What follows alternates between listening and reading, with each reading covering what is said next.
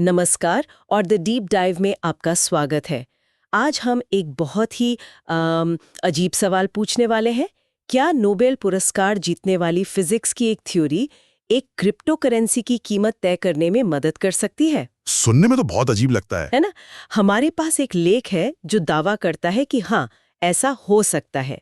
ये लेख 2022 के भौतिकी के नोबेल पुरस्कार से शुरू होता है और इसे सीधे पाई नेटवर्क नाम के एक डिजिटल समुदाय के भविष्य से जोड़ता है। और ये कनेक्शन उतना सीधा नहीं है जितना लगता है। मतलब ये लेख विज्ञान, दर्शन और अर्थशास्त्र के बीच की धुंधली लकीरों पर चलता है। हम देखेंगे कि कैसे क्वांटम दुनिया के सबसे अजीब नियमों में से एक को एक समुदाय को एकजुट करने के लिए एक रूपक के तौर पर इस्तेमाल किया जा रहा है। बिल्कुल, तो चलिए शुरू करते हैं क्वांटम दुनिया से।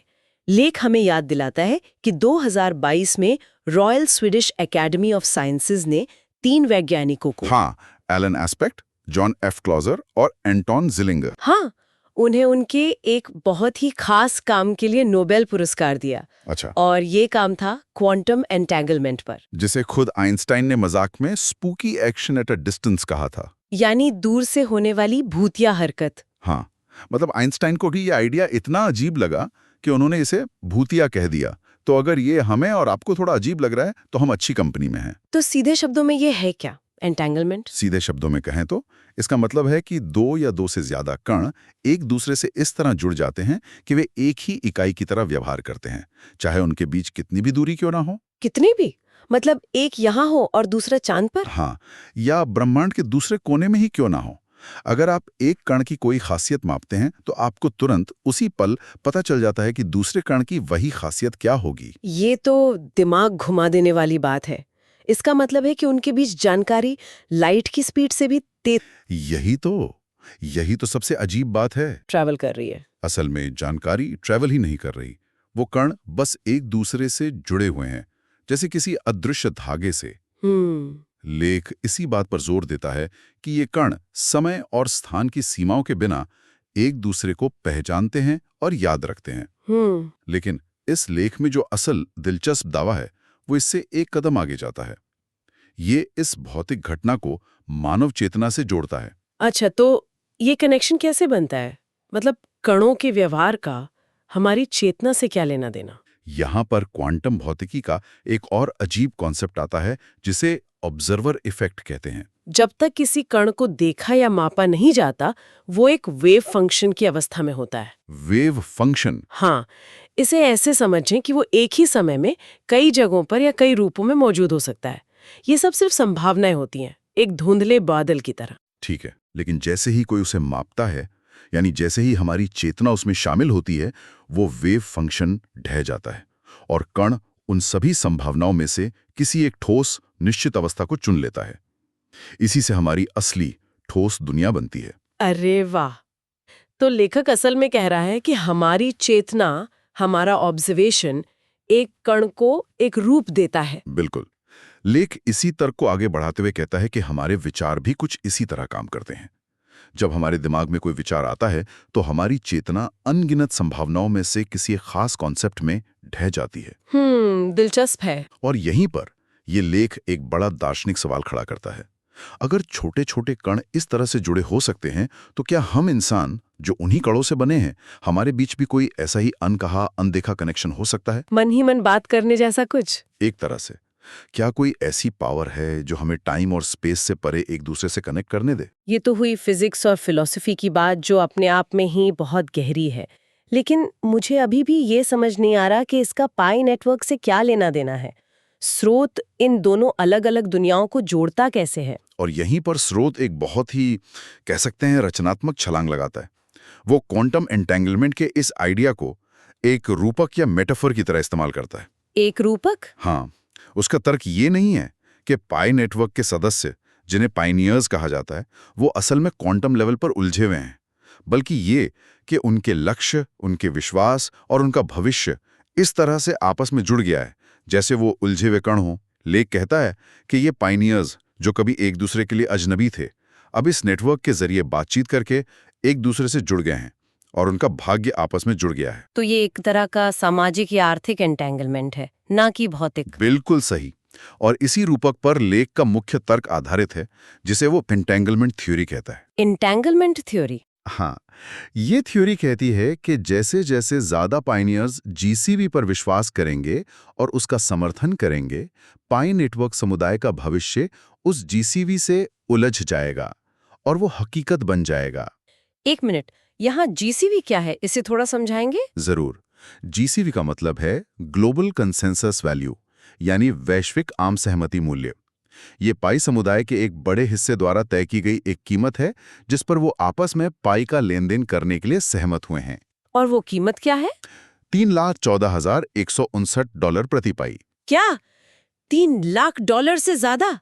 हाँ, ये एक बहुत ही महत्वाकांक्षी लक्ष्य है और लेख का तर्क है कि अगर पूरा समुदाय इस कीमत पर एकमत हो जाए तो ये कीमत असलियत बन सकती है। और इस बात को मजबूती देने के लिए लेख में पाई के संस्थापक डॉक्टर निकोलस का एक कोट भी दिया गया है। पाई की कीमत पायनियर्स ही तय करेंगे।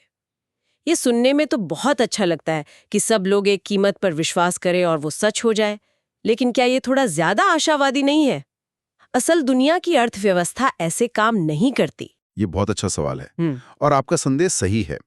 लेख सीधी सीधे आर्थिक सिद्धांतों पर बहस नहीं करता, लेकिन वो इस आशावाद का जवाब एक मौजूदा समस्या को दिखाकर देता है। वो कहता है कि ये इच्छाधारी सोच इसलिए जरूरी है क्योंकि अभी समुदाय में इसका ठीक उल्टा हो रहा है। मतलब अभी क्या समस्या है? समस्या है एकता की कमी। लेख बताता है कि नेटवर्क में लगभग 50 मिलियन सक्रिय पायनियर्स हैं। बार्टर यानी सामान के बदले पाई का लेन देन शुरू हुए 1 साल से ज्यादा हो गया है। लेकिन पूरे इकोसिस्टम में कीमतों को लेकर जमीन आसमान का फर्क है। कोई पाई को कुछ सेंट का मान रहा है, कोई कुछ डॉलर का, और कुछ लोग जीसीवी को मान रहे हैं। हर जगह अलग अलग कीमतें चल रही हैं। तो इस वजह से क्या मुश्किलें आ रही हैं? अगर अलग अलग कीमतें हैं तो इससे क्या फर्क पड़ता है? फर्क बहुत बड़ा है। कीमतों का ये अंतर इकोसिस्टम में एक तरह की अपरिपक्वता दिखाता है। लेख के मुताबिक इसका सबसे बड़ा नुकसान उन व्यापारियों को हो रहा है जो पाई के बदले अपना सामान बेच रहे हैं। वो कैसे? मान लीजिए एक व्यापारी ने जीसीवी की उम्मीद में अपना सारा सामान पाई के बदले बेच दिया, लेकिन अब उसे अपना स्टॉक फिर से भरने के लिए कच्चा माल खरीदना है, जिसके लिए उसे फियाट मुद्रा चाहिए। फियाट मुद्रा यानी सरकार द्वारा जारी किए गए असली पैसे, जैसे रुपए या डॉलर। बिल्कुल। अगर उसे अपनी पाई को फियाट में बदलने का कोई भरोसेमंद तरीका नहीं मिलता या उसे बहुत कम कीमत पर पाई बेचनी पड़ती है तो उसका बिजनेस ठप हो जाएगा। एक मिनट, यहाँ मुझे एक बात खटक रही है। स्रोत कहता है कि ये कुछ पायनियर्स की दूरदर्शिता की कमी है, लेकिन क्या ये सिर्फ दूरदर्शिता की कमी है या फिर लोग अपने फायदे के लिए जानबूझकर कम कीमत पर बेच रहे हैं? लेख सीधे सीधे किसी की नीयत पर सवाल नहीं उठाता, लेकिन दूरदर्शिता की कमी का इशारा इसी तरफ है। हो सकता है कुछ लोगों को तुरंत पैसों की जरूरत हो या उन्हें जीसीवी के लक्ष्य पर विश्वास ना हो। कारण जो भी हो, नतीजा बुरा है। हाँ, नतीजा ये है कि ये बिखराव पूरे इकोसिस्टम को कमजोर कर रहा है। लेख ये भी साफ करता है कि इसमें कोर टीम यानी प्रोजेक्ट के मुख्य डेवलपर्स की कोई गलती नहीं है। ये समस्या समुदाय के अंदर से ही आ रही है। और इस समस्या का सबसे बड़ा नतीजा क्या है? सबसे बड़ा नतीजा ये है कि जब तक इकोसिस्टम परिपक्व नहीं होता, जब तक कीमतों में एक तरह की स्थिरता और एकता नहीं आती, तब तक प्रोजेक्ट अपने अगले और सबसे महत्वपूर्ण चरण में नहीं जा सकता, जिससे ओपन मेननेट या ओएम कहते हैं। बिल्कुल। ओपन मेननेट वो फेज है जब पाई ब्लॉकचेन पूरी तरह से बाहरी दुनिया से जुड़ जाएगा और पाई को दूसरी क्रिप्टो करेंसी या असली पैसों से एक्सचेंज किया जा सकेगा। लेख का तर्क है कि इकोसिस्टम की परिपक्वता ओपन मेननेट के लिए एक जरूरी शर्त है। तो जब तक समुदाय एकजुट होकर इस कीमत की समस्या को नहीं सुलझाता, तब तक सब कुछ अटका रहेगा। हाँ, यही बात है। तो लेख एक तरह से चेतावनी दे रहा है। वो कह रहा है कि आपस में मुकाबला करने के बजाय एकजुट हो जाओ। बिल्कुल। लेख एक बहुत ही भावुक अपील करता है। वो पूछता है, क्या हमें एक दूसरे से मुकाबला करने के लिए 50 मिलियन अलग अलग कीमतों का इस्तेमाल करना चाहिए? और जवाब देता है, नहीं, इससे सब कुछ और देर होगा। संदेश साफ है, हमें सबसे पहले जल्द से जल्द जीसीवी के लिए अपने विचारों को एक करना चाहिए। ये लड़ने का नहीं बल्कि जुड़ने का समय है। सही कहा। तो समस्या साफ है और अपील भी, लेकिन क्या स्रोत अपनी उसी एंटेंगलमेंट थियरी का इस्तेमाल करके कोई समाधान भी बताता है या सिर्फ समस्या बताकर छोड़ देता है? नहीं, वो समाधान भी बताता है और यहीं पर वो अपने शुरुआती रूपक पर वापस लौटता है। लेख का सुझाव है कि समाधान भी क्वांटम प्रेरणा से ही आएगा। अच्छा? तर्क ये है कि जैसे एक उलझा हुआ कण दूसरे को तुरंत प्रभावित करता है, वैसे ही समुदाय के नेताओं, प्रभावशाली लोगों और उन सभी पायनियर्स की मेहनत जो जीसीबी पर विश्वास करते हैं, वो दूसरे पायनियर्स को भी प्रभावित करेगी। तो ये एक तरह का सामाजिक डोमिनो इफेक्ट है। हाँ, आप इसे एक तरह का सामूहिक प्रभाव कह सकते हैं। लेख का मानना है कि जब समुदाय का एक बड़ा और मुखर हिस्सा लगातार जीसीवी के लिए शिक्षा देगा और उसे अपने लेन देन में इस्तेमाल करेगा, तो धीरे धीरे बाकियों का विश्वास भी मजबूत होगा। और ये सामूहिक प्रयास ही सबको आगे ले जाएगा। हाँ, ये सामूहिक प्रयास ही सभी को उनके साझा लक्ष्य यानी ओपन मैनेट की ओर ले जाएगा। ये ठीक वैसा ही है जैसे एक साथ बहुत सारे लोग एक ही दिशा में धक्का लगाएं तो बड़ी से बड़ी चीज भी हिल जाती है। और लेख का अंतिम संदेश क्या है? पायनियर्स को आखिर करना क्या चाहिए? लेख का निष्कर्ष बहुत साफ और एक्शन पर आधारित है। ये एक तरह से काम का बंटवारा करता है। काम का बंटवारा? हाँ, ये कहता है कि समुदाय को कोर टीम पर 100% विश्वास करना चाहिए कि वो रेगुलेशन और टेक्नोलॉजी जैसे मुश्किल मामलों को संभाल लेगी। ये उनका काम है। और समुदाय का काम? समुदाय का एकमात्र काम है एकजुट होना, वैश्विक स्तर पर शिक्षा और जागरूकता फैलाना और जीसीवी को बढ़ावा देकर इकोसिस्टम को मजबूत करने के लिए कड़ी मेहनत करना। यानी कोर टीम तकनीकी और बाहरी दुनिया को संभाले और समुदाय अंदरूनी एकता और मूल्य निर्माण पर ध्यान केंद्रित करे। तो इस सब का क्या मतलब है?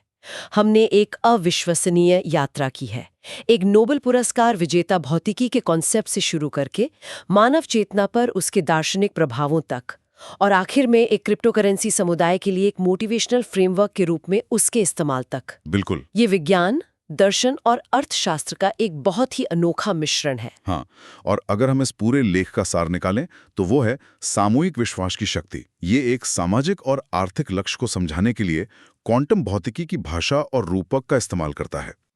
ये सुझाव देता है कि साझा विश्वास और एकजुट कार्रवाई एक ठोस, मापने योग्य परिणाम बना सकती है। ठीक उसी तरह से जैसे क्वांटम भौतिकी में एक ऑब्जर्वेशन एक अनिश्चित संभावना को एक निश्चित हकीकत में बदल देता है।